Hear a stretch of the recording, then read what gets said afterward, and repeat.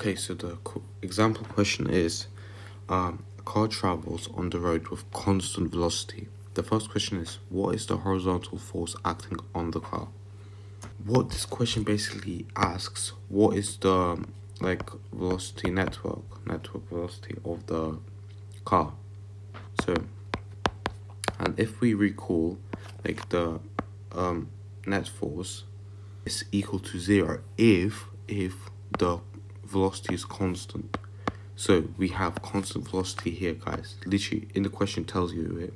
So that means that the network is zero. We literally learned that this video, guys. You should know this. So now B. What is the acceleration of the car? Well, according to Newton's law, the force is equal to ma. The force, we figured that out, it's zero. Most are probably confused, like, what F net force? Is it like the same as F, like the force? Yes and no. I'll kind of explain it in a few other examples because over there they'll literally, it'll be crystal clear what's happening. But it is the same, but at the same time, no, you can't, it's quite complicated. So, the force is zero, as we just worked out, and then ma. We don't have the m anywhere, literally nowhere we have m. However, it doesn't really matter because we're working out the a, that means we divide 0 by m, right? And anything divided by 0 is like 0. So it doesn't matter what the mass is, it doesn't matter at all.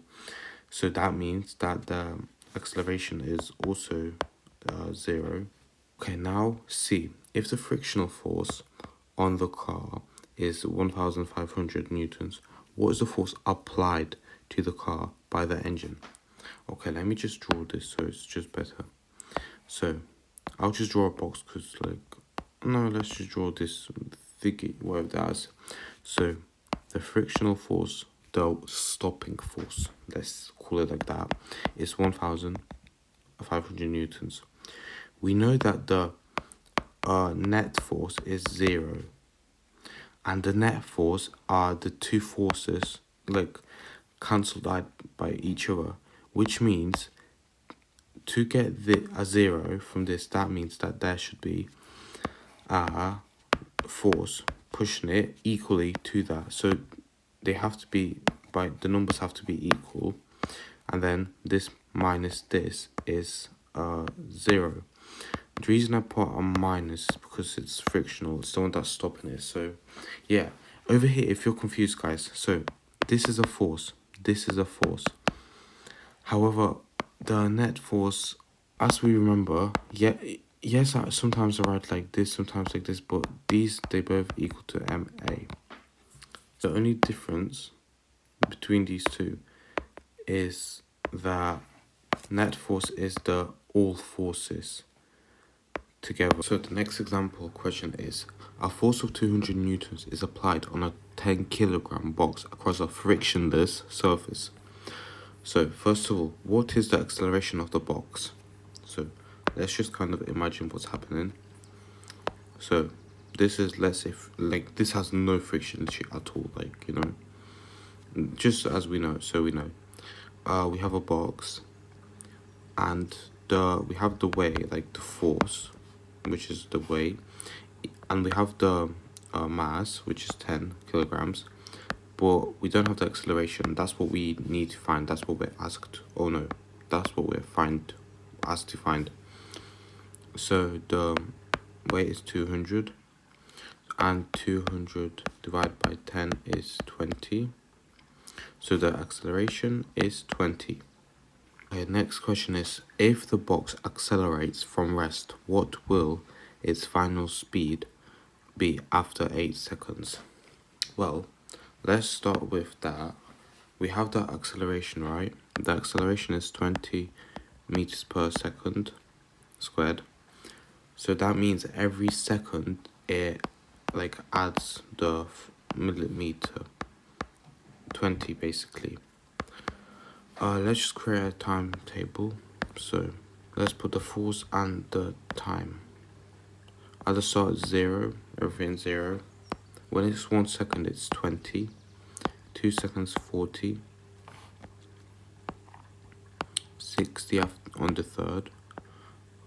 80 on fourth, and let's just times this by 2, so it's just more quicker.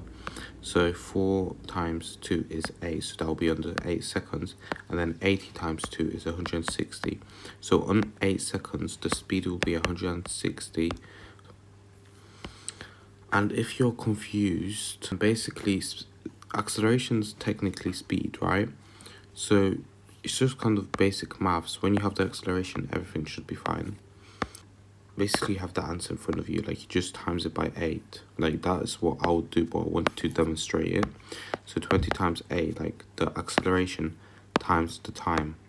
So that should be a C. How long will it take the box to reach a speed of 500 miles second if it continues to accelerate at this rate? So the accelerator is the same, that's what it's saying. So the acceleration is the same. What to do is just 500 divided by 20. You can put that in a calculator, 25. So that will take 25 seconds. For the second question, there's an equation that you can use. So we're looking for the final speed, so final velocity basically, and that the final velocity is equal to the first initial plus acceleration times time. So the final speed equals, so the first initial speed is 0 because it starts at rest over here. What will the final speed be after 8 seconds? So from rest it says if the box accelerates from rest and rest equals 0, plus 20 times 8, so the acceleration is 8. So the 20 is the acceleration which we worked out before, and then 8 is the time, as you can see, time. And you just do the same thing, 160, because that's answer to this, and then plus 0 literally changes nothing, so the final speed is 160 again. The next example question is, a force of 300 newtons is applied across a 20 kilogram box. The frictional force acting on the box is 200 newtons. So basically what's happening is, again, there's a box, right? A force applied to it is 300 newtons, and it's 20 kilogram. And then the frictional force, like the minus 200, and I mean it's just like we'll times take away each other, so 300 take away 200, so the net force is 100. Now that we have this, we're able to calculate our second question, calculate the acceleration of the box. So we have the W, which is 100, and then we have the mass, which is 20, and again we don't have acceleration. How I divided this equals 5, so acceleration is 5 meters a second squared. Now the third question, how far will the box travel after 12 seconds if it continues to accelerate at the rate starting from rest? Okay, sorry guys for the extra sound. My mom decided to hoover today. Now we're asked to calculate basically the distance in basic words. So we have the initial velocity, which is 0 that we need. The time is given to us 12. But we don't, now we have to find the distance. The equation for it is the initial velocity times the time plus 1 second times acceleration time squared. So the initial velocity is 0, so that times by the time is also 0. Then we add that by the 1. So let's just do it this way: 1 second, and then in brackets 5, and then 2 12 brackets equals 360. So this is equal to 360. So basically this box, it will travel 360 meters in the 12 seconds. Now the next example question is, an 8 kilogram object speeds up from 20 meters a second to 50 meters a second, 50 meters a second in 6 seconds. So our first question is, what's the acceleration? So, and we need to find the acceleration, right? And acceleration equals initial velocity. We have the final velocity 50, take away 20, and then the change in time between them, so 6 seconds. So 30 divided by 6 equals 5. So the acceleration is 5 meters second squared. And then what is the net horizontal force acting on the object? The box, right? And it's 8 kilogram. So basically we have the formula that will use, and we should know already, the F net force, mass, acceleration, so 8 times 5, which is 40 newtons. Let's see, if the frictional force is 335, what is the applied force on the object? So remember, what we just calculated is what's not applied. It's what's like the final, remember? So the applying force is 35 newtons, and the net force, the full force of the whole object, if that makes sense, 40. It's not like the full force, because then they would like add together, but they cancel each other out. However, what we need to do is just add 35 to 40, which will give us 75, because you have to understand that this minus this gives us this, like. So the next question is, an 80 kilogram astronaut in space throws a 2 kilogram package with an acceleration of 4 plus meters per second squared.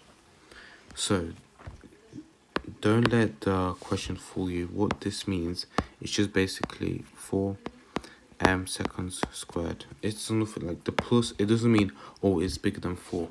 It means just be positive. Like, of course it may be, however it depends kind of the question, but over here it's just trying to, like, you know, make you confused. The question, what force did the astronaut exert on the package? So let's just view what's happening. So we have a guy, right, in space. He's 80 kilogram. We have the package, it's 2 kilogram. Acceleration of the package is 4 meters per second squared. So that's how fast it travels. And to find we use the formula 2 times 4 basically, which is 8. So 8, that's the force that he applied to the package, 8 newtons. First, so 8 newtons, which is the answer to the first question. Now, what force does the package exert on the astronaut? Well, according to Newton's third law, where like the force applied, there's a force equal, the opposite force is equal to the other force. So the force applied on the astronaut is 8, but it's a minus 8. Now see, what is the acceleration on the astronaut? So we know that the astronaut is 8 and the mass is 80. So we need to find the acceleration. So it will be minus 8 divided by 80, which equals to minus 0.1. So the acceleration of the astronaut is 0.1 meters second square. Now the last question for today is, a 120 kilogram skater pushes against an 80 kilogram skater. After contact, the 80 kilogram skater was given an acceleration of 1.5 millimeters a second. So the first question, what was the acceleration of the 120 kilogram skater? So for this question, we have to like remember the third law, where for every action there is the opposite action. So there's an equal opposite reaction about the 120 kilogram one, which we need to find. So let's just write it this way. The 121 is the mass times the acceleration. The 81, let's just put it as minus times accelerations. So over here we only know the mass. Over here we know the mass, which is 80, and the acceleration is 1.5. So the net force here is 120 newtons. So the net force here is 120 newtons. So thinking logically, the net force is the same. So the net force is 120 and the mass is 120. So we just need the acceleration. We divide this by 120. This gives us -1. The reason this gives us -1 is because the over here the newtons, the force is negative, and divided by the negative is a negative. So to the point, for the 120 kilogram guy, his acceleration is -1 newton. So that's the answer for the first one. Then, what force was exerted on each skater? By the way, I made a mistake. It's not newtons over here. We're talking about acceleration, so it's the mass. Oh, we're talking about acceleration, so it's meters per second squared. So sorry for that. So now we have to B. What force was exerted on each skater? So let's just draw the boxes, right? So 120, 80. So the F equals mass A. Over here we have the mass, which is 80 for the 120, for the 121 times -1 equals, logically equals 100 minus 120, so that's the force. 120 but positive, which again implies that it's the opposite towards this one. So that's the end for the questions, and let's just quickly go through what we just talked about in this video, just the basics of the basics, and just do the rearrange of formula. So just remember all this, and that's it for today. Goodbye.